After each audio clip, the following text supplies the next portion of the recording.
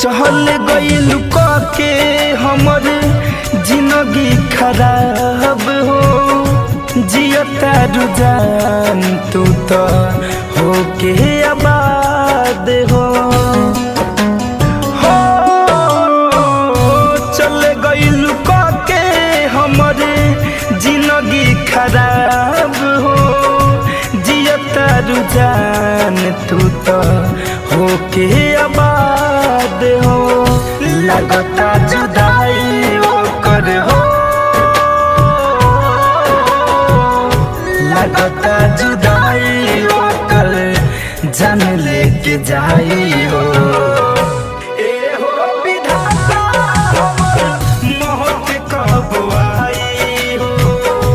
ए हो विधाता हमर मौत कब आई हो।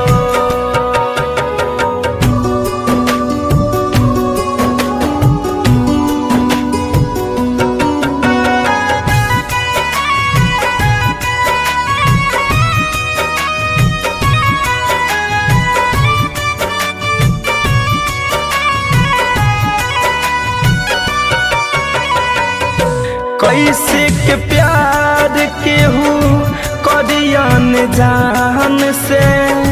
फैशन फिरोज खेला होता इंसान से।